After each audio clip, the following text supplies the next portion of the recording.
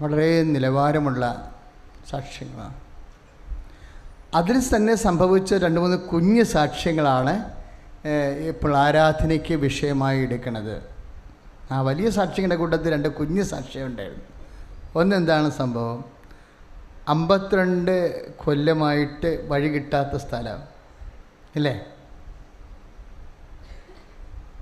അവിടെ എന്താ അവർ ചെയ്തത്? കൊണ്ടുപോയി കൊടി നാട്ടി. അതാണ് സംഭവം. എന്ത് കൊടി? കൃപാസനത്തിൻ്റെ കൊടി. അതിൻ്റെ അർത്ഥം ഞാൻ നിങ്ങളോട് പറയാം എന്താ സംഭവിച്ചതെന്ന്. ആരും പോയി കൊടിയൊന്നും മേടിച്ചേക്കരുത്, കൊടി തരത്തുമില്ല. കൊടി നിങ്ങൾക്കുള്ളതല്ല. കൊടി മത്സ്യത്തൊഴിലാളി മേഖലയിൽ കൃപാസനം 89 തൊട്ട് പ്രവർത്തിച്ചപ്പോൾ അവർക്ക് വേണ്ടി കർത്താവ് തന്ന ഒരു ദാനമായിരുന്നു. എല്ലാ വള്ളത്തേലും കൊടി കിട്ടും. എന്തിനായിരുന്നു? അന്ന് ഞാൻ കടലോര കൺവെൻഷൻ നടത്തുമ്പോൾ 1.5 ലക്ഷം ആൾക്കാരിങ്ങനെ കടലോരത്ത് വന്ന് ഇതുപോലെ നിറഞ്ഞു നിൽക്കും. അവരുടെ വള്ളങ്ങളെല്ലാം കടലിൽ കൊടിയും വെച്ച് കിടക്കും. അപ്പം കൊടി കടലോരത്ത് വെച്ച് കൊടുത്തുകൊണ്ടിരുന്നതാണ്. കൊടുക്കുമ്പോൾ ഞാൻ അവരോട് പറയുമായിരുന്നു, കൊടി എന്താണ്? കൊടി ഒരു അടയാളമാണ്. എന്തിൻ്റെ അടയാളമാണ്? അധികാരത്തിൻ്റെ അടയാളമാണ്. ആരുടെ അധികാരം? ഈശോയുടെ അധികാരം. ഈ വള്ളം ഒരു കൊടി നാട്ടുമ്പോൾ ആ വള്ളത്തിന് ഇനി ആർക്കാണ് അധികാരമുള്ളത്? ഈശോയ്ക്ക്. അവിടെ സാത്താന് അധികാരമില്ല. അതുകൊണ്ട് നിങ്ങൾ സാത്താന് അവസരം കൊടുത്തുകൊണ്ട് മദ്യപിക്കരുത്, വിശുദ്ധ ജീവിതം നയിക്കണം എന്നാണ് പറയണത്. ആ പാരമ്പര്യമാണ് കൃപാസനത്തിലുള്ളത്. ശ്രുതികട്ടെ ഹല്ലേലൂയ.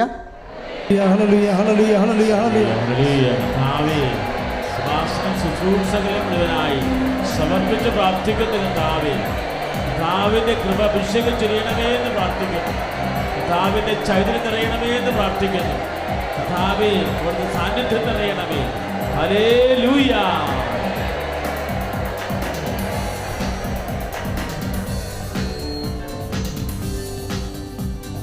ഹല്ലേലൂയ, ജയം ഹല്ലേലൂയ, യേശു കർത്താവ് ജീവിക്കുന്നു. ഹല്ലേലൂയ, ജയം ഹല്ലേലൂയ, യേശു കർത്താവ് ജീവിക്കുന്നു. എല്ലാ അധികാരങ്ങൾക്കും ആ അധികാരം ഉണ്ട് എന്ന് അനുസ്മരിപ്പിക്കുന്നത് എന്തിലൂടെയാണ്? അടയാളങ്ങളിലൂടെയാണ്. മനസ്സിലായ? നമ്മുടെ ഉടമ്പടിയിൽ കുറേ അടയാളങ്ങൾ തന്നിട്ടുണ്ട്. നീലത്തിരി ഒരു അടയാളമാണ്, പച്ചത്തിരി ഒരു അടയാളമാണ്, ഉടമ്പടി തൈലം ഒരു അടയാളമാണ്, ഉടമ്പടി ഉപ്പ് ഒരു അടയാളമാണ്. എന്തിൻ്റെ അടയാളമാണ്? അധികാരത്തിൻ്റെ അടയാളം. നിങ്ങൾ ഉടമ്പടി പ്രകാരം ദൈവത്തിൽ നിന്ന് പ്രാപിച്ചിരിക്കുന്നത് എന്താണ്? അധികാരമാണ്.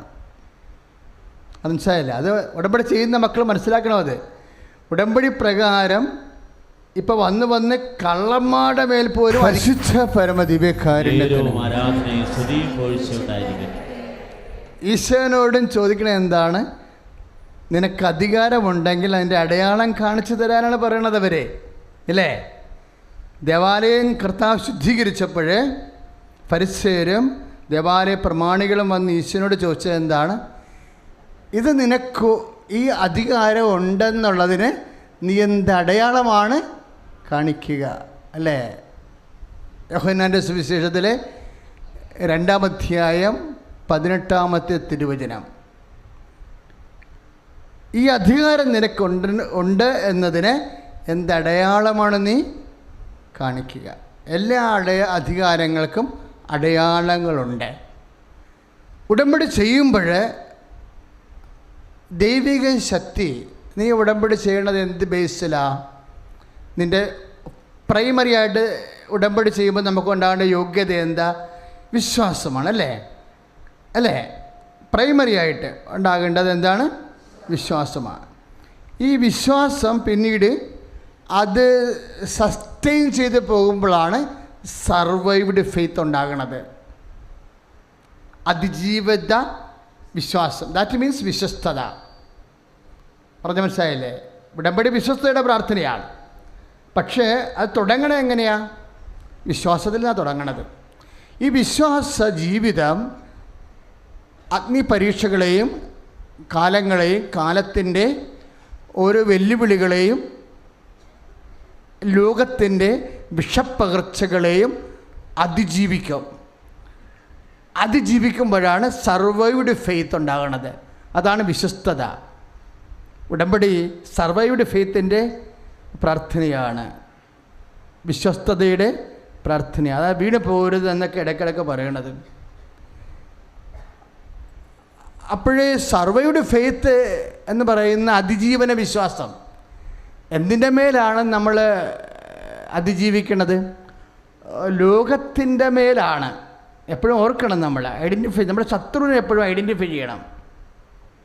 കർത്താവ് അധികാരം നൽകുമ്പോൾ എന്നാ പറയണത്? കർത്താവ് അപ്പോസ്തലന്മാർക്ക് അധികാരം നൽകത്തില്ലേ? മത്തായി ശ്ലീഹായുടെ സുവിശേഷം 10:1 അധികാരം നൽകുമ്പോൾ എന്താ പറയണത്? ഇതാ സാത്താൻ്റെ സകല ശക്തികളുടെ മേൽ അധികാരമെന്നാണ് പറയണത്. 2 വാക്ക് ഉപയോഗിച്ചിട്ടുണ്ട്. അതായത് മത്തായി 10:1 ലൂക്കാ 10:19 പിശാചുക്കളെ ബഹിഷ്കരിക്കാനും രോഗവ്യാധികൾ സുഖപ്പെടുത്താനും അവർക്കവൻ അധികാരം നൽകി. പ്രൈസ് ദ ലോർഡ്, ഹല്ലേലൂയ, യേശുവേ സ്തോത്രം, യേശുവേ നന്ദി. അപ്പോൾ ദൈവത്തിൽ നമുക്ക് ലഭിക്കണത് എന്താ? വിശ്വാസം വഴി. അപ്പോൾ എപ്പോഴും എൻ്റെ മക്കൾ ശ്രദ്ധിക്കേണ്ടത്, ഉടമ്പടി വഴി നിങ്ങളുടെ വിശ്വാസം നിങ്ങൾ വർദ്ധിപ്പിക്കണം. എന്താ കാര്യം എന്നറിയാവോ? വിശ്വാസം വർദ്ധിക്കുമ്പോൾ എങ്ങനെ അറിയാൻ പറ്റും? അത് വിശ്വാസം വർദ്ധിച്ച ഇല്ലേ എന്ന് എങ്ങനെ അറിയാൻ പറ്റും? ലോകത്തെ എന്തുമാത്രം ജയിച്ചു എന്നുള്ളതാണ് വിശ്വാസം വർദ്ധിച്ചോ ഇല്ലേ എന്നുള്ളതിൻ്റെ മാനദണ്ഡം.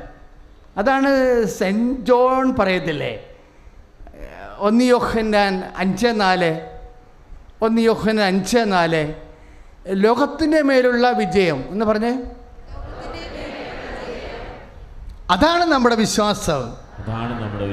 മനസ്സിലായില്ലേ? അപ്പോൾ വിശ്വാസം ചുമ്മാ ഇങ്ങനെ വിളിച്ചു പറഞ്ഞാൽ മാത്രമല്ല, അതിൻ്റെ പിന്നിലൊരു വിജയമുണ്ട്. ലോകത്തിൻ്റെ മേലാണ് നമ്മൾ വിജയിക്കേണ്ടത്. ഒന്ന് പറഞ്ഞേ, കർത്താവേ ലോകത്തിൻ്റെ മേൽ വിജയം കൈവരിക്കുന്ന വിശ്വാസത്തിലൂടെ നേടിയെടുക്കുന്ന അധികാരത്തിന് ഞങ്ങളെ അവകാശികളാക്കണമേ. ഇപ്പം എങ്ങനെയാണ് വിജയം വരിക്കണമെന്ന് നമ്മൾ കണ്ടു. അതെന്താണ്?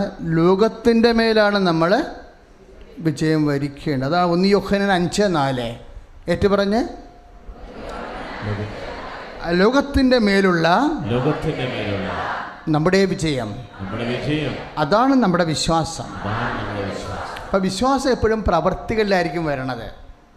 മനസ്സിലായില്ലേ? അധരം കൊണ്ട് ഏറ്റുപറച്ചിൽ മാത്രമല്ല, അതിനുശേഷം അതിനെ പരിപോഷണമുണ്ട്.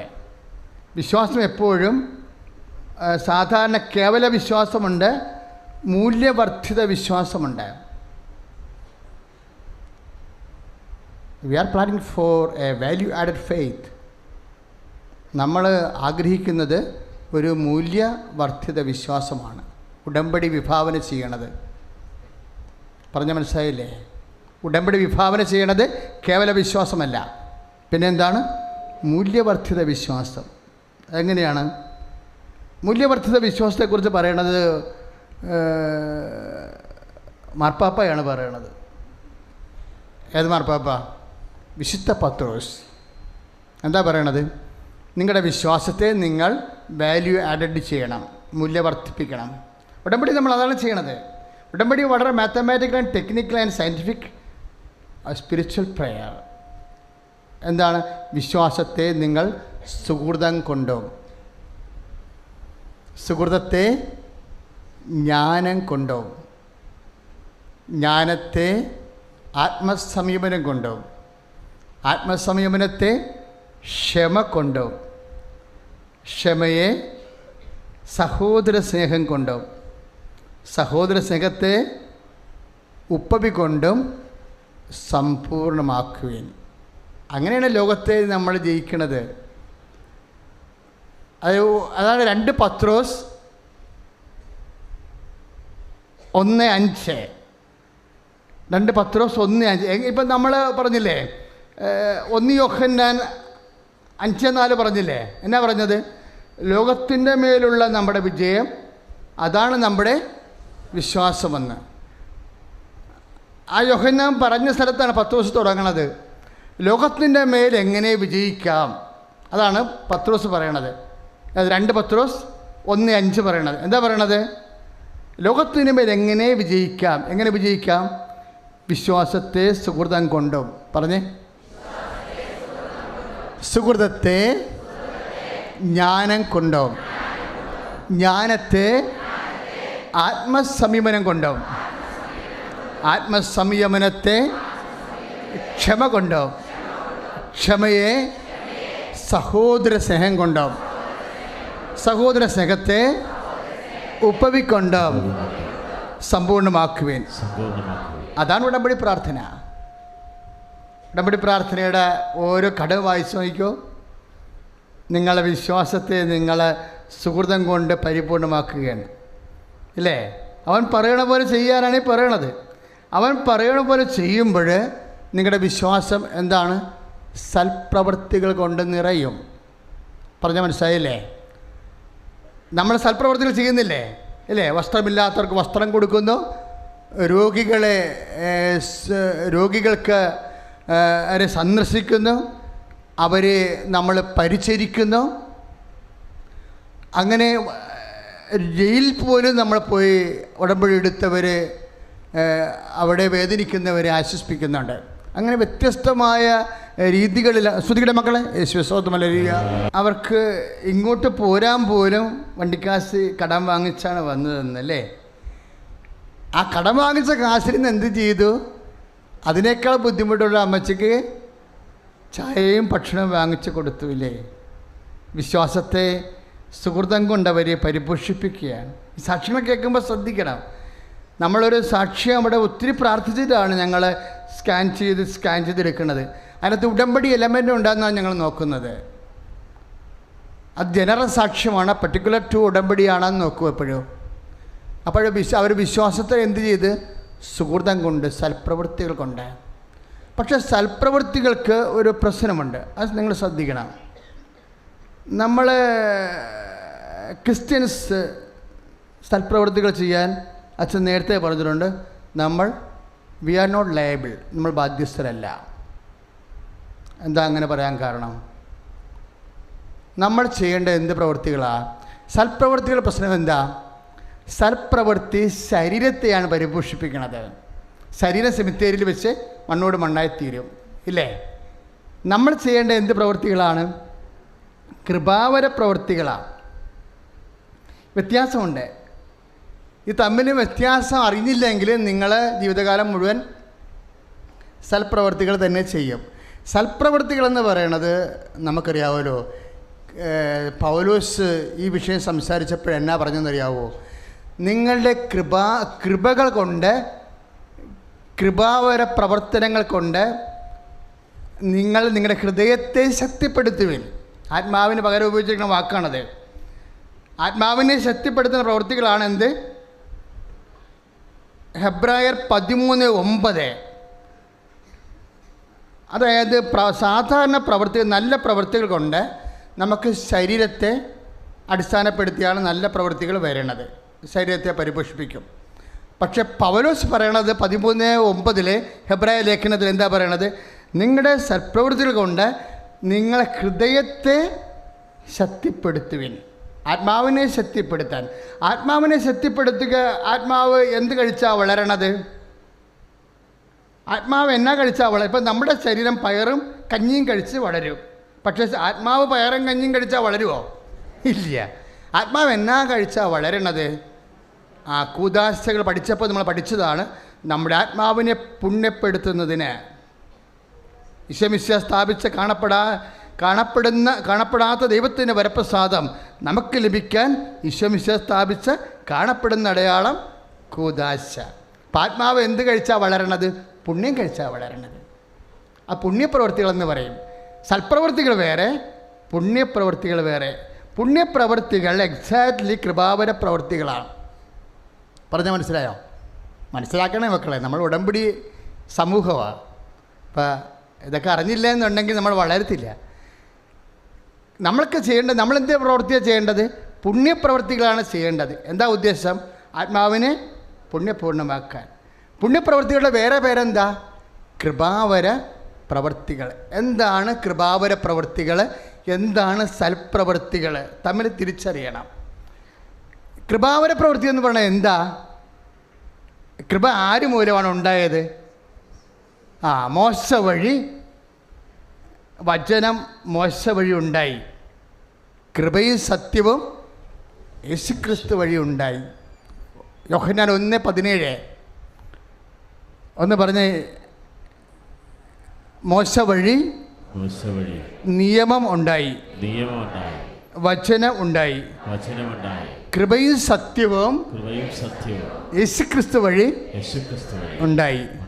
ഇപ്പം മനുഷ്യൻ ചെയ്ത പാപത്തിന് ദൈവം തന്നെ മനുഷ്യ ശരീരമെടുത്ത് പിതാവിൻ്റെ തിരുസന്നിധിയിൽ പരിഹാരം ചെയ്തപ്പോൾ അവൻ്റെ പരിഹാരം നമ്മൾക്ക് നീതിയായി പരിഗണിച്ചു. അത് നമ്മൾ വിശ്വാസത്താലാണ് അത് പ്രഖ്യാപിച്ചത്. അങ്ങനെ വിശ്വാസത്താൽ നമ്മൾ നീതീകരിക്കപ്പെടുന്നത്. ആ വിശ്വാസം നീതീകരിക്കപ്പെടുന്നത് എങ്ങനെയാണ്? കേവല അധരസേവ കൊണ്ടല്ല, വിശ്വാസം പരിപോഷിപ്പിക്കപ്പെടണം. എങ്ങനെ? വിശ്വാസത്തെ കൃപാവര പ്രവൃത്തികൾ കൊണ്ടോ. ഒന്ന് പറഞ്ഞേ. വിശ്വാസത്തെ കൃപാവര പ്രവൃത്തികൾ കൊണ്ടോ. കൃപാവര പ്രവൃത്തികളെ കൃപാവര പ്രവൃത്തി എന്ന് പറഞ്ഞാൽ എന്താണ്? യേശുവിൻ്റെ നാമത്തിൽ ചെയ്യുന്ന പ്രവർത്തനങ്ങളാണ് കൃപാവര പ്രവൃത്തികൾ. പറഞ്ഞ മനസ്സിലായില്ലേ? നമുക്ക് വേണമെങ്കിൽ ഒരു ചായ വാങ്ങിച്ചു കൊടുക്കാം, കുഴപ്പമൊന്നുമില്ല. വണ്ടിക്ക് ടിക്കറ്റ് കൊടുക്കാം, ജോലി വാങ്ങിച്ചു കൊടുക്കാം, അല്ലേ? ഒരാളെ ജാമ്യത്തിലിറക്കാം, പറ്റിച്ചിട്ട് കൊടുക്കാം, നമുക്ക് എന്തും ചെയ്യാം. അത് നമ്മുടെ പേരിൽ ചെയ്യുമ്പോഴാണ് സൽപ്രവൃത്തി. അതിന് ആ വ്യക്തി ജീവിച്ചിരിക്കുന്ന കാലം മാത്രമേ അതിന് റിട്ടേൺസ് ഉള്ളൂ. ആ വ്യക്തി ജീവിച്ചിരിക്കും കാലം മാത്രം നമുക്ക് റിട്ടേൺസ് മതിയെങ്കിൽ you are not believing Jesus Christ. നീ കർത്താവിൽ വിശ്വസിക്കുന്നില്ല. ആ വ്യക്തി ജീവിച്ചിരുന്നാലും ഇല്ലെങ്കിലും we will do it in the name of Jesus Christ. നമ്മൾ കർത്താവിൻ്റെ കൂടെ കർത്താവിന് വേണ്ടി ചെയ്യും. എന്താ കാര്യം? we want to live with him. നമുക്ക് അവൻ്റെ കൂടെ ജീവിക്കണം. കൈയിടിച്ച് കർത്താവ്.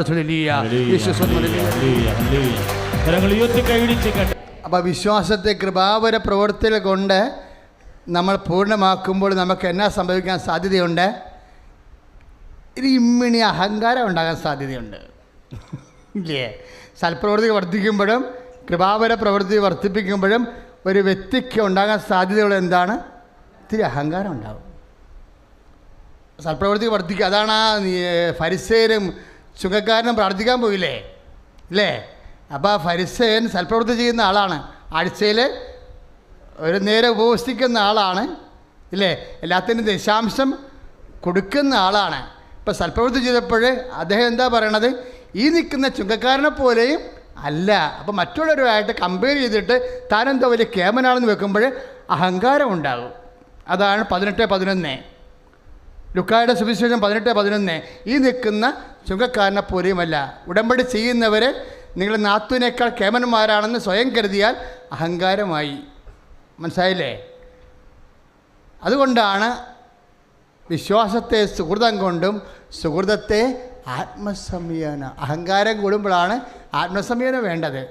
ഞാൻ ഓർക്കുകയാണ്, ഈ പത്രോസിൻ്റെയൊക്കെ ഈ 24 hours പരിശുദ്ധാത്മാവ് നിറഞ്ഞ മനുഷ്യരാണ്.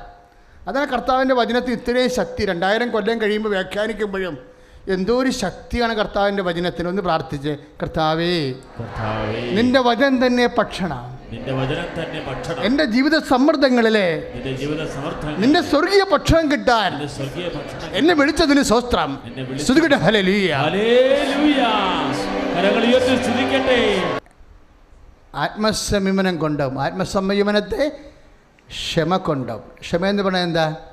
ഉടമ്പടി എടുക്കുന്നവർക്ക് ഇത്തിരി ക്ഷമ വേണം കേട്ടോ. ചില കാര്യങ്ങൾക്ക് ഇത്തിരി അതിൻ്റെതായിട്ടുള്ള ടൈം എടുക്കും. അതിൻ്റെതായിട്ടില്ല. ഇപ്പോൾ വാഴ കൊലച്ച് കഴിഞ്ഞാൽ ഉടനെ പഴമാകുമോ? ഇല്ല. ചില കാര്യങ്ങൾക്ക് അതിൻ്റെ ടൈം എടുക്കും. ക്ഷമിക്കുന്ന സ്നേഹമാണ് ക്ഷമ. പ്രത്യാശിക്കുന്ന സ്നേഹമാണ് സൗമ്യത. ക്ഷമയുടെ ചേട്ടനാണ് സൗമ്യത. പരിശുദ്ധാത്മാവിൻ്റെ ഫലമാണ് രണ്ടും.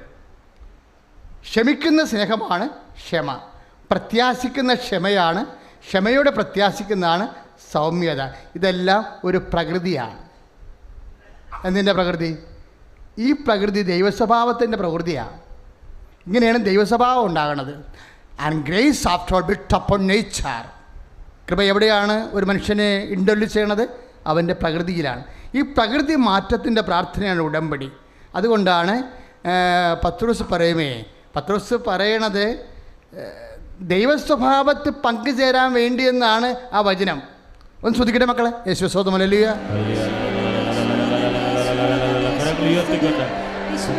ദൈവമേ, അഭിഷേക വചനങ്ങൾ നൽകി ഞങ്ങളെ ശക്തിപ്പെടുത്തണമേ.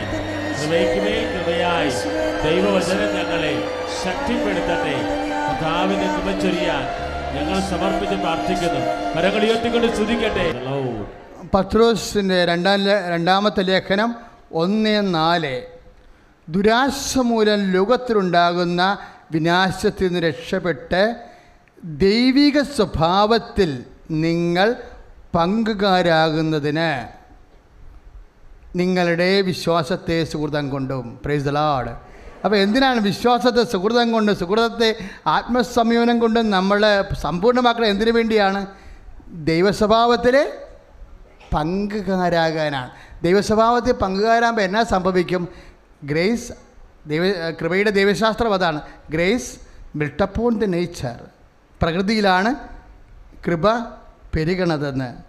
അപ്പം നമ്മൾ കാലാന്തരത്തിൽ കൃപയുടെ ഫുൾനെസ് അറിയാമല്ലോ. അമ്മയോട് എന്നാ മലാഖ പറഞ്ഞത്? Hail Mary full of grace. 1:28 ലൂക്കാസ് വിശേഷം. അപ്പം കൃപ ഇങ്ങനെ കൂടിക്കൂടി വരുന്നത് കൊണ്ടാണല്ലോ ഫുള്ളെന്ന് പറയാൻ കാര്യം. അല്ലെങ്കിൽ ഹാഫെന്നോ എന്നൊക്കെ പറയാമല്ലോ. അപ്പം കൃപയ്ക്കൊരു അളവുണ്ട്. അത് നമ്മുടെ ലക്ഷ്യം എന്താണ്? അമ്മയിൽ ആർജിച്ച അതേ കൃപ ഉടമ്പടി എടുക്കുമ്പോൾ മരിയൻ ഉടമ്പടി പ്രകാരം അമ്മയെ ആർജിച്ച കൃപയുടെ പൂർണ്ണതയിൽ എത്തിച്ചേരണം. അതാണ് കർത്താവ് ആഗ്രഹിക്കണം നമ്മളിൽ നിന്ന്. അതിനാണ് ഈ ഉടമ്പടി നമ്മളെ പൂർണ്ണരാക്കുന്നത്. ഇത് ബൈബിൾ ഇതിനെ വിജയമെന്നാണ് പറയണത്.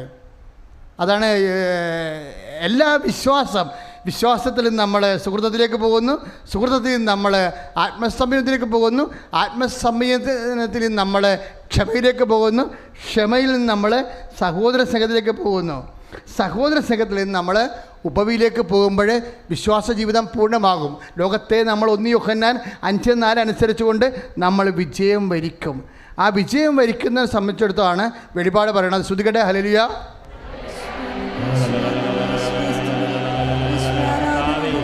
സംരക്ഷിക്കണമേ എന്ന് പ്രാർത്ഥിക്കുന്നു.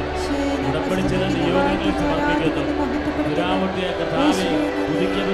Price the lord. ഹല്ലേലൂയ.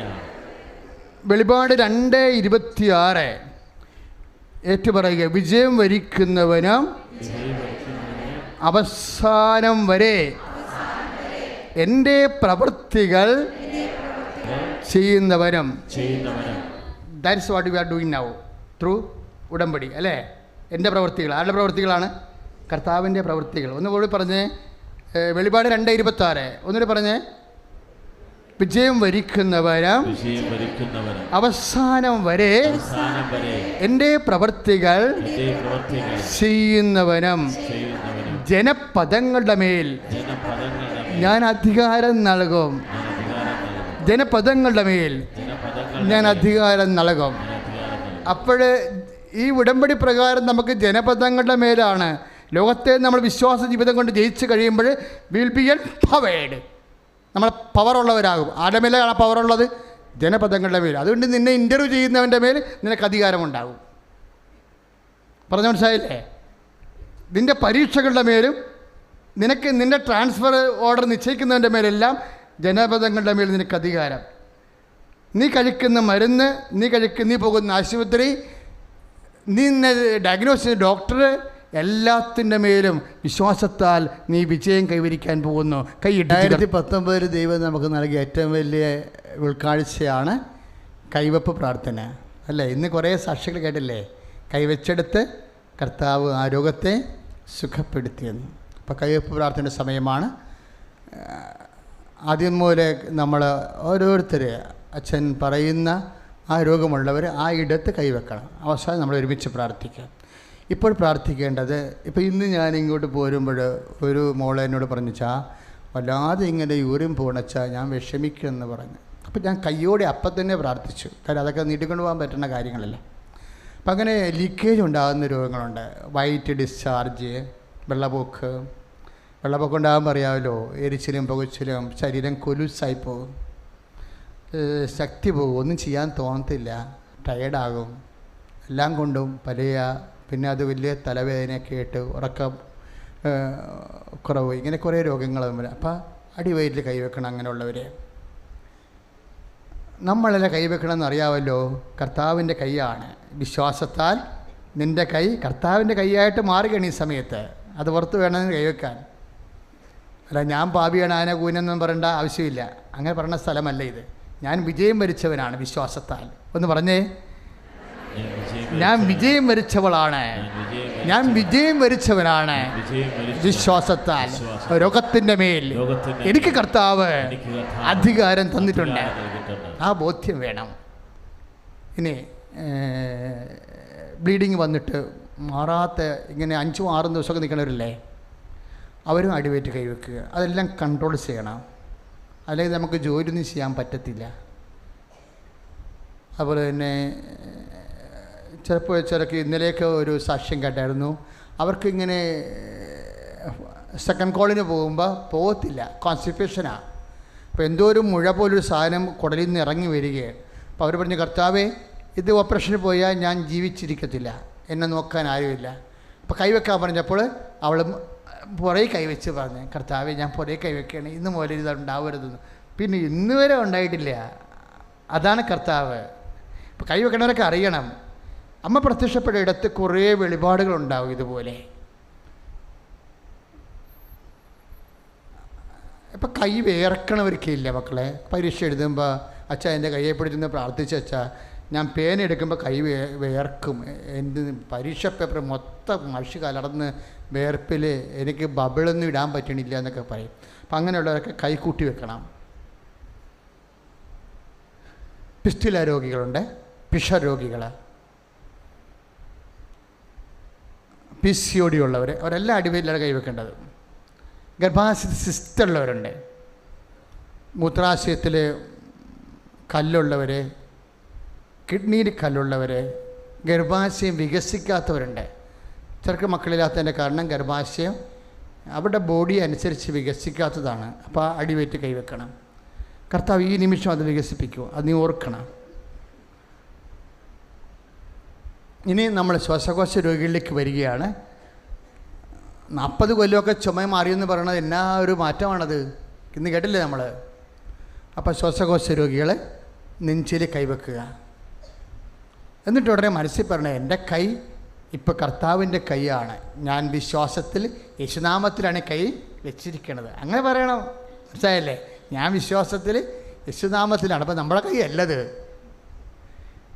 കരൾ വീക്കമുള്ളവരുണ്ടാകും, കരൾ എലാർജി, ഫാറ്റി ലിവറുള്ളവരുണ്ടാകും. അവരെല്ലാം ഇടതുവശത്ത് വലതുവശത്ത് നെഞ്ചിൻ്റെ പൂട്ടിനാണ് കൈവെക്കേണ്ടത്. പങ്ക്രിയാസുകാർ ഇടതുവശത്ത് താഴെ കൈവെക്കണം, അല്ലെങ്കിൽ വലതുവശത്ത് താഴെ കൈവെക്കണം, നെഞ്ചിന് താഴെ. പങ്ക്രിയാസിൻ്റെ കുറേ രോഗികളിലെ കല്ലുള്ളവർ, വീക്കമുള്ളവർ ഒക്കെ ഉണ്ട്. ഈ നിമിഷം അവർ സുഖപ്പെട്ട് കർത്താവിൻ്റെ അൾത്താരെ കയറി എനിക്കും ഉടമ്പടിയുടെ സാക്ഷിയാകാൻ സാധിക്കും, അമ്മേ എന്നെ സഹായിക്കണേ, എനിക്ക് വേണ്ടി നിമിഷം നീ കൈവച്ച് കഴിഞ്ഞാൽ ഉടനെ അമ്മയോട് പ്രാർത്ഥിച്ചുകൊണ്ടിരിക്കണം. അമ്മേ എനിക്ക് വേണ്ടി ഇപ്പോൾ പ്രാർത്ഥിക്കണമേ, പ്രാർത്ഥനയുടെ സമയത്ത് ഈശോ എന്നെ തൊടാൻ ഇടയാക്കണമേ, എൻ്റെ കൈകളെ ഈശോൻ്റെ കൈകളാക്കി മാറ്റണമേ എന്നൊക്കെ പ്രാർത്ഥിച്ചുകൊണ്ടിരിക്കേണ്ട സമയമാണ്.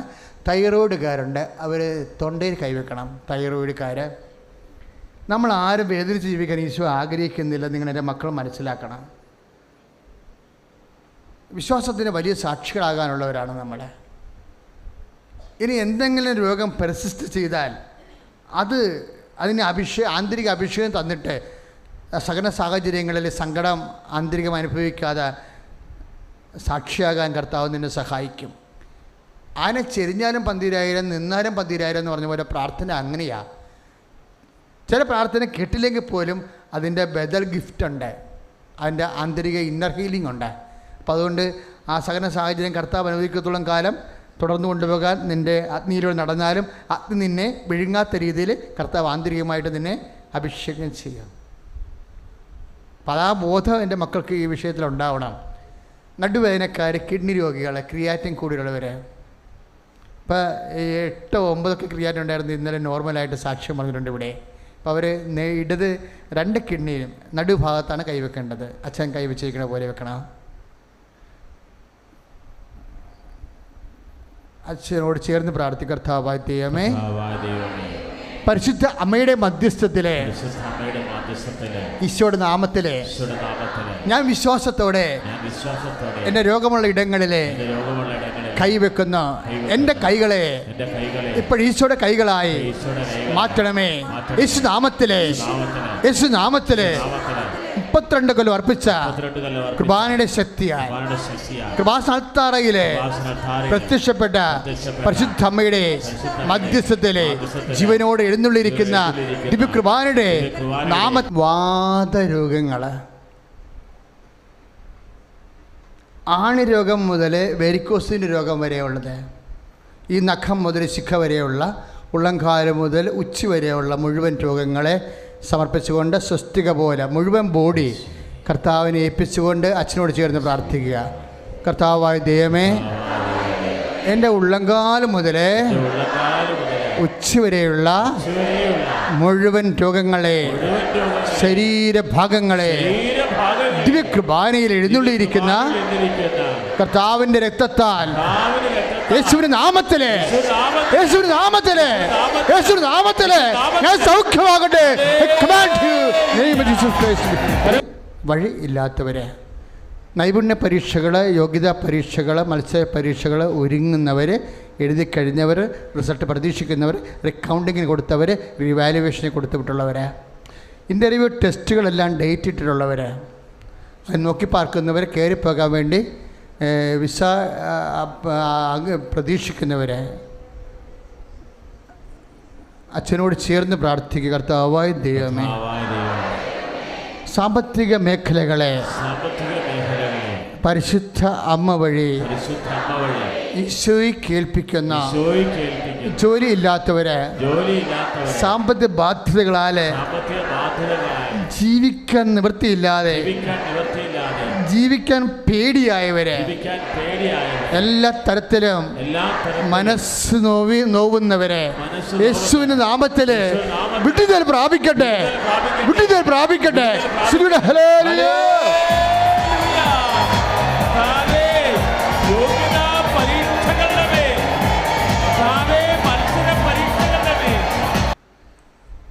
ഉള്ള മക്കൾക്ക് രോഗമുള്ളവരും മക്കളില്ലാത്തവരെ, ഭാഗ ഉടമ്പടി നടക്കാത്തവരെ, കേസിൽ അകപ്പെട്ടിരിക്കുന്നവരെ,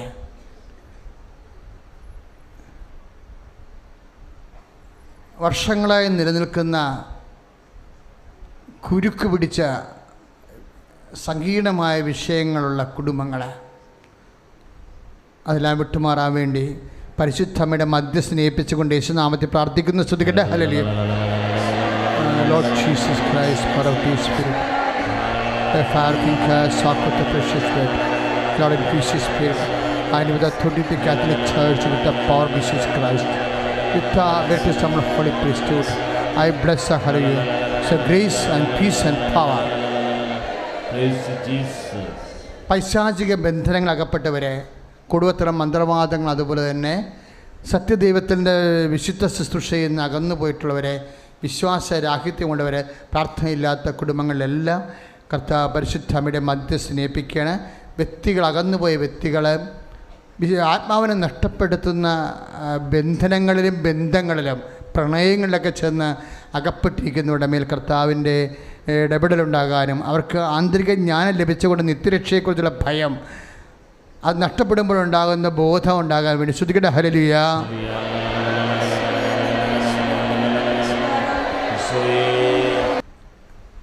സന്തോഷത്തിലെടുക്കുക. കർത്താവിൻ്റെ വിശുദ്ധമായ രക്തം നിന്റെ നേർച്ച വസ്തുക്കളിൽ ആവശ്യിക്കുന്ന സമയമാണ്.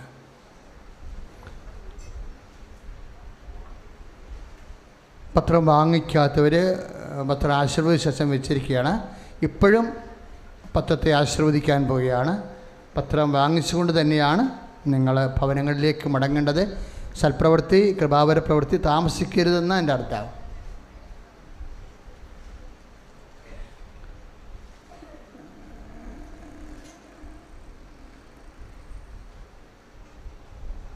ഉടമ്പടി പുതുക്കുന്നതിൻ്റെ ആവശ്യം നമുക്കറിയാം. ഉടമ്പടി നമുക്ക് ഒറ്റഘട്ടമായിട്ടും ചെയ്യാൻ പറ്റും. കാര്യം 90 ദിവസം മാത്രം ഉടമ്പടി ആദ്യഘട്ടമുള്ളത്. അതുകൊണ്ട് നമുക്ക് ഉടമ്പടി വേണമെങ്കിൽ സമാപിപ്പിക്കാം, നിങ്ങളുടെ സൗകര്യക്കുറവനുസരിച്ച് കൊണ്ട്. സൗകര്യമില്ലാത്തവർ ഉടമ്പടി നീട്ടിക്കൊണ്ടു പോകേണ്ട കാര്യമില്ല. ഉടമ്പടി 90 ദിവസത്തെ പ്രാർത്ഥനയാണ്.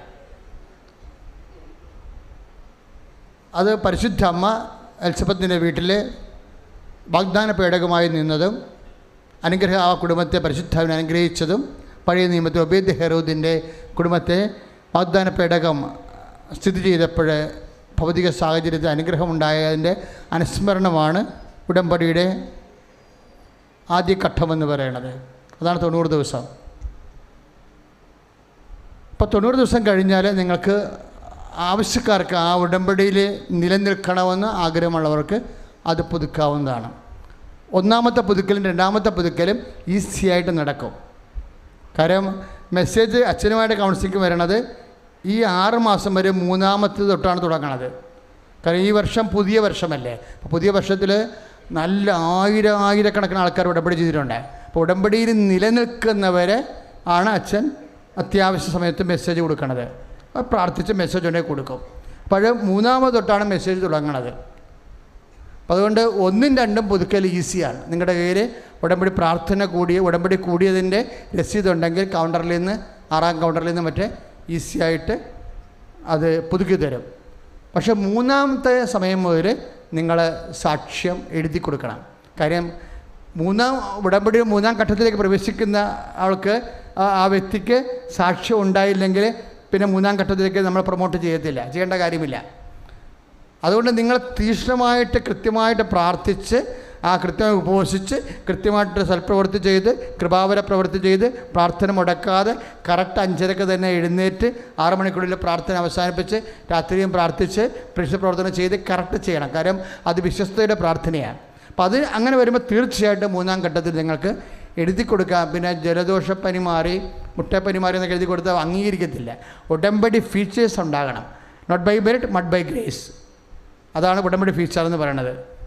നിൻ്റെ കഴിവല്ല, ദൈവത്തിൻ്റെ കൃപ കൊണ്ട് മാത്രം. And then I will come with you. കർത്താവ് നിൻ്റെ കൂടെ വന്നു എന്നതിൻ്റെ തെളിവ്. അതാണ് രണ്ടാമത്തത്. പിന്നെ എന്താണ്? അതുപോലെ തന്നെയാണ് ഉടമ്പടി തൈലങ്ങൾ. അതെന്താണ്? ഞാൻ നിൻ്റെ കൂടെ വരും എന്നുള്ളതിൻ്റെ അധികാരത്തിൻ്റെ അടയാളങ്ങളായിട്ടാണ് ഉപ്പും തൈലമൊക്കെ കാശുരമൊക്കെ നിനക്ക് കിട്ടിയിരിക്കുന്നത്. അത് എക്സിക്യൂട്ട് ചെയ്യാനുള്ള വിശ്വാസം നീ എങ്ങനെ പ്രാപിക്കണമെന്ന് വർദ്ധിപ്പിക്കണമെന്നാണ് ഇന്ന് സംസാരിച്ചിരിക്കുന്നത്. ഈ ഹോംവർക്കുകളെല്ലാം കൃത്യമായിട്ട് കേട്ട് ചെയ്യണം. കാര്യം ദൈവം നമുക്ക് നൽകുന്ന ജ്ഞാനത്തിൻ്റെ വാതിൽ അമ്മ പ്രത്യക്ഷപ്പെട്ടതിൻ്റെ ആനുകൂല്യമായിട്ട് നമുക്ക് ലഭിക്കുന്നതാണ്. അപ്പം അതുകൊണ്ട് ആധ്യാത്മികമായിട്ട് വളരാൻ ഉദ്ദേശിക്കുന്നവർ അതിൻ്റെ സാങ്കേതികമായ വിഷയങ്ങൾ ശ്രദ്ധയോടെ പാഠപുസ്തകം പോലെ പഠിക്കേണ്ടതാണ്. അതുകൊണ്ടാണ് യൂട്യൂബിൽ ഒരു പ്രാവശ്യം കേട്ടാൽ പോരാ, 1, 2, 3 പ്രാവശ്യമൊക്കെ അത് പഠിക്കണം. കേട്ട് പഠിക്കണം. എങ്ങനെ? അപ്പം നിങ്ങൾ അറിയാതെ ഇങ്ങനെ വളരും. നിത്യത വരെ നിലനിൽക്കുന്നതല്ലേ അതിൻ്റെ ഗുണങ്ങൾ. നിത്യത വരെയല്ലേ അതിൻ്റെ നിലനിൽക്കുന്നത്. നമ്മൾ ഇക്കാലങ്ങളിൽ സഭയെ ശക്തിപ്പെടുത്താൻ, കുടുംബങ്ങളെ കൃപയിൽ നിർത്താൻ വേണ്ടി അമ്മമാതാവ് പ്രത്യക്ഷപ്പെട്ട് നൽകിയതുപോലെയാണ് സമയത്തിൻ്റെ ഈ പ്രാർത്ഥന വരുന്നത്. അതല്ല എല്ലാ മേഖലകളിലും KCBC എന്തുകൊണ്ടാണ് തിയോളജി കമ്മീഷൻ ചെയർമാൻ തന്നെ ഇതിന് വളരെ ഭംഗിയായ അവതാരിക എഴുതിയിരിക്കുന്നത്? ആ പ്രാർത്ഥന അത്രയും പക്കയായതുകൊണ്ടാണ്. അപ്പോൾ എൻ്റെ മക്കൾ ചെയ്തിരിക്കുന്ന കാര്യങ്ങൾ ഭംഗിയായിട്ട് തന്നെ ചെയ്യണം. പുതിയ പുസ്തകത്തിൽ ബിഷപ്പ് വർഗീസ് ചക്കാലക്കൻ്റെ KCBC ചെയർമാൻ്റെ തിയോളജി കമ്മീഷൻ ചെയർമാൻ്റെ അവതാരികയുണ്ട് പുസ്തകത്തിലെ. അപ്പോൾ നിങ്ങൾക്ക് അറിയാൻ പറ്റുമോ അതിൻ്റെ റേഞ്ചിൻ്റെ അവസ്ഥ. അപ്പം അതുകൊണ്ട് കൃത്യമായിട്ട് നിങ്ങൾ ആ വിഷയം ഭംഗിയായിട്ട് ചെയ്ത് എല്ലാവരും. പിന്നെ അതുപോലെ തന്നെ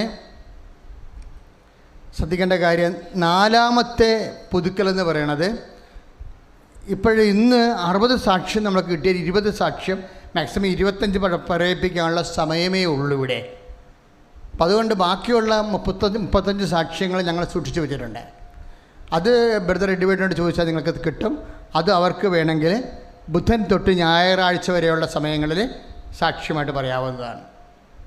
അപ്പോൾ അവർ സാക്ഷ്യം പറയാൻ ഞങ്ങൾ എഴുതി കൊടുത്തിട്ട് നമുക്ക് പറയിപ്പിച്ചില്ല എന്ന് പറയരുത്. നമുക്ക് സമയപരിധിയുണ്ട്. ഉടമ്പടി ഫീച്ചേഴ്സ് കൂടുതലുള്ള സാക്ഷ്യങ്ങളാണ് നമ്മൾ മെയിൻ ഓർഡറിൽ പറയിപ്പിക്കുന്നത്. അപ്പോൾ 4ാമത്തെ പുതുക്കുന്നതിന് ആ സാക്ഷ്യം ഇവിടെ ദിവസങ്ങളിൽ പറഞ്ഞാൽ മതിയാവും. അപ്പോൾ ബ്രദർ ചിട്ട് തരുമ്പോൾ കൗൺസിലർ 4ാമത് പുതുക്കി തരും. അഞ്ചാമത് പുതുക്കണത് ഈ ഉടമ്പടിയുടെ 4 ഘട്ടങ്ങളും പുതുക്കി കഴിഞ്ഞതിന് ശേഷം ഓൾട്ടറിൽ ലൈവായിട്ട് സാക്ഷ്യം പറയണം. അതായത് മുഴുവൻ ഉടമ്പടിയുടെ പവറായിരിക്കും അത്. ആ സാക്ഷ്യം നിങ്ങൾ യൂട്യൂബിൽ വന്നിരിക്കുന്നത് കൗണ്ടറിൽ കാണിക്കുമ്പോഴാണ് 5ാമത് പുതുക്കിയിട്ട് നീലപത്രം തന്നെ അത് ഉടമ്പടി. ഇപ്പോൾ ചില ആൾക്കാരുടെയൊക്കെ നീലപത്രം ഇരിപ്പുണ്ടെങ്കിലും അതൊക്കെ ഇന്നാക്റ്റീവാണ്. കാര്യം അവരാരും സാക്ഷ്യം പറഞ്ഞിട്ടില്ല. നീലപത്രം പൂർത്തിയാക്കിയത് മാത്രമേ ഉള്ളൂ, പ്രൊസീഡിങ്സിന് മുന്നോട്ട് പോകത്തില്ല. കാര്യം എന്ന് വെച്ച് കഴിഞ്ഞാൽ സാക്ഷ്യം പറഞ്ഞിട്ട് കഴിഞ്ഞാൽ നീലപത്രക്കാർ സാക്ഷ്യം പറഞ്ഞാൽ തീർച്ചയായിട്ടും കൗണ്ടറിൽ വന്നിട്ട് അത് കാണിച്ചിട്ട് അത് ആക്ടിവിറ്റി ചെയ്ത് എടുക്കണം, സീൽ ചെയ്തെടുക്കണം. ഞങ്ങൾ സാക്ഷ്യം പറഞ്ഞു. അപ്പോൾ ആ കംപ്ലീറ്റ് ഉടമ്പടി എന്ന് പറയുന്നത് അവർക്കുള്ള ഗുണമെന്ന് പറയുന്നത് ഒരു ക്രൈസിസ് വന്നാൽ ഏത് സമയത്ത് അത്യാവശ്യ സമയത്തൊക്കെ ഒരു മെസ്സേജ് കൗൺസിലേക്ക് പോകാൻ പറ്റും നമുക്ക്. കാര്യം നിങ്ങൾ ഉടമ്പടിയിൽ ഇൻവെസ്റ്റ് ചെയ്തിരിക്കുന്ന സമയത്തിന് ആനുപാതികമായിട്ടാണ് കൗൺസിലിംഗ് സമയം അച്ഛനുൾപ്പെടെയുള്ളവർ തരണത്. ഇപ്പോൾ അതുകൊണ്ട് എപ്പോഴും നമ്മൾ വളരെ ശ്രദ്ധിക്കണം. വളരെ കാര്യം ഇത്രയും ആൾക്കാർ ഉടമ്പടി ചെയ്യണതല്ലേ, ആയിരക്കണക്കിന് ആൾക്കാർ. അപ്പോൾ അതിനകത്ത് എപ്പോഴും ഏറ്റവും കൂടുതൽ ഉടമ്പടിയോട് വിശ്വസ്തത കാണിച്ചിട്ടുള്ള ആൾക്കാരെയാണ് കൗൺസിലിങ്ങിലേക്ക് മാറ്റുന്നത്. അപ്പോൾ അതുകൊണ്ടുള്ള പുതുക്കൽ വളരെ സീരിയസ് വിഷയം തന്നെയാണ്. ബാക്കിയുള്ള കാര്യങ്ങൾ പ്രത്യേകിച്ച് സംസാരിക്കും. നേരത്തെ വസ്തു ഉയർത്തിപ്പിടിക്കുക. കൃപാസനം ഉടമ്പടി നേർച്ച വസ്തുക്കൾ നമ്മുടെ മതിൽക്കെട്ടിൻ്റെ ഉള്ളിൽ മാത്രമേ ഉള്ളൂ. പുറത്തുള്ള നാട്ടുകാർ വിൽക്കുന്ന വിൽപ്പന വസ്തുക്കളില്ലേ, അതൊന്നും കൃപാസനവുമായിട്ട് ഒരു ബന്ധമില്ലാത്തതാണ്. അത് കൃപാസനത്തിനായിട്ട് ഉപയോഗിക്കാനും പാടില്ല. നിങ്ങൾക്ക് സ്വന്തമായിട്ട് അത് അവരൊക്കെ ഭക്ഷണം കഴിക്കാൻ വേണ്ടിയാണ്, കുഞ്ഞുങ്ങളെ വളർത്താൻ വേണ്ടിയാണ് അതൊക്കെ ചെയ്യണത്. അങ്ങനെയുള്ള കാരുണ്യം ഉണ്ടെങ്കിൽ അതുപോലെ ചെയ്യാം. പക്ഷേ കൃപാസനത്തിൻ്റെ ഒന്നുമല്ല. അതെപ്പോഴും ഓർത്ത് വേണം. കൃപാസനത്തിൻ്റെത് ഓരോ നേർച്ച വസ്തു നിങ്ങളുടെ മുമ്പിൽ എത്തുമ്പോൾ എത്രയോ പ്രാവശ്യത്തെ ഉപവാസ പ്രാർത്ഥനയും എത്രയോ പ്രാവശ്യത്തെ ആശീർവാദം കഴിഞ്ഞാൽ എത്തണമെന്ന് നിങ്ങൾ ഓർക്കണം. അതാണ് അതിൻ്റെ സാക്ഷ്യത്തിൻ്റെ ശക്തി. വിശ്വാസ പ്രമാണം ചെല്ലട്ടെ. Lord Jesus Christ, pour out His Spirit, the fire finger, suck with the precious blood. I cast disease and root cause from you. By God the Father Almighty, who made heaven and earth as in the day. Let the devices for device legends, Satan's attacks and machinations, be dispelled unto and far from me. And with the authority of the Catholic Church, with the power of Jesus Christ, with the merits of the Holy Priesthood, I bless the hallowed relics, those using of grace and peace and power. YouTube subscribe ചെയ്യാത്തവർ ഇന്ന് തന്നെ subscribe ചെയ്യേണ്ടതാണ്. എപ്പോഴും ആ ഒരു വിശ്വാസത്തിൻ്റെ ചൈതന്യത്തിൽ നിൽക്കാൻ വേണ്ടി ഇടയ്ക്കിടയ്ക്ക് യൂട്യൂബ് സന്ദർശിച്ച് ധ്യാനം കൂടി പ്രാർത്ഥിച്ച് ആരാധന കൂടി എപ്പോഴും നിങ്ങൾ ചൈതന്യം നിലനിൽക്കേണ്ടതാണ് പ്രത്യേകം ഓർപ്പിക്കുന്നു. സമാപന ആശീർവാദം സ്വീകരിക്കാം. സ്വർണം അതുപോലെ വിലപിടിപ്പുള്ള വസ്തുക്കൾ സ്വന്തമായി സൂക്ഷിക്കുക, കരുതൽ വേണം. കരങ്ങൾ ഉയർത്തട്ടെ. നിറച്ച വസ്തുക്കൾ ഉയർത്തിപ്പിടിച്ച് സ്തുതിക്കട്ടെ. കരങ്ങൾ ഉയർത്തി നിറച്ച വസ്തുക്കൾ ഉയർത്തിപ്പിടിച്ച് സ്തുതിക്കട്ടെ. ഹല്ലേലൂയ. കർത്താവേ ഉടമ്പടി നിറച്ച വസ്തുക്കളെ അങ്ങ് ദിവ്യാത്മാവിനാൽ അപ്പോസ്തല അധികാരത്താൽ ആശീർവദിക്കുന്നതിനെ ഓർത്ത് നന്ദി പറയുന്നു. യേശുവേ നന്ദി, യേശുവേ സ്തോത്രം. പ്രിയപ്പെട്ടവരെ, കൃപാസനത്തിന് സ്റ്റാഫിനെ ആവശ്യമുണ്ട്. 9 മണിക്ക് കൃത്യമായിട്ട് വരാൻ ഇവിടെ വന്ന് ജോലി ചെയ്യാൻ പറ്റുന്നവർക്ക് ഓഫീസിൽ അപേക്ഷ കൊടുക്കാവുന്നതാണ്. ഓഫീസ് മാനേജർക്ക് അല്ലെങ്കിൽ HR മാനേജറുണ്ട്, ജോസഫ് സാറാണ്. 9 മണിക്ക് ഓഫീസിൽ വന്ന് ജോലി ചെയ്യാൻ സൗകര്യമുള്ളവർക്ക് നിങ്ങൾക്ക് കൃപാസനത്തിൽ നിന്ന് പ്രേക്ഷിത ശുശ്രൂഷയ്ക്ക് അവസരം നൽകുന്നതായിരിക്കും. കരങ്ങൾ ഉയർത്തിക്കൊണ്ട് സ്തുതിക്കട്ടെ. Hallelujah, hallelujah. മനമുയർത്തി സ്വരം ഉയർത്തിക്കൊണ്ട് സ്തുതിക്കട്ടെ. ശക്തമായി സ്തുതിക്കട്ടെ. ഹല്ലേലൂയ. കർത്താവേ സംരക്ഷിക്കണം. കരങ്ങൾ ഉയർത്തി ശക്തമായി hallelujah, hallelujah, hallelujah, hallelujah, hallelujah, hallelujah, hallelujah, hallelujah. ഇത് കർത്താവ് മാരക രോഗങ്ങള് തത്സമയം സൗഖ്യം നൽകുന്നു. വ്യത്യസ്ത ഭൂഖണ്ഡങ്ങളിൽ നിന്ന് പ്രാർത്ഥിക്കുന്നവരുടെ നിയോഗങ്ങളുടെ മേൽ, പ്രാർത്ഥനകളുടെ മേൽ ദിവ്യകാരുണ്യത്തിന്റെ മുദ്ര അഭിഷേകമായി പതിയുകയാണ്. ഈശോ വിടുതലിന്റെ ആത്മാവിന് വർഷിക്കുകയാണ്. സൗഖ്യം വർഷിക്കപ്പെടുന്നു. ഈശോ അനുശ്രവദിക്കുകയാണ്. യേശുവേ ആരാധന, യേശുവേ ആരാധന. Hallelujah, hallelujah, hallelujah. ശിരസ് നമിക്കാം. പരിശുദ്ധ പരമ ദിവ്യകാരുണ്യ ഈശോയ്ക്ക് നമ്മളെയും നമ്മുടെ കുടുംബങ്ങളെയും ആശീർവദിച്ച പരിശുദ്ധ പരമ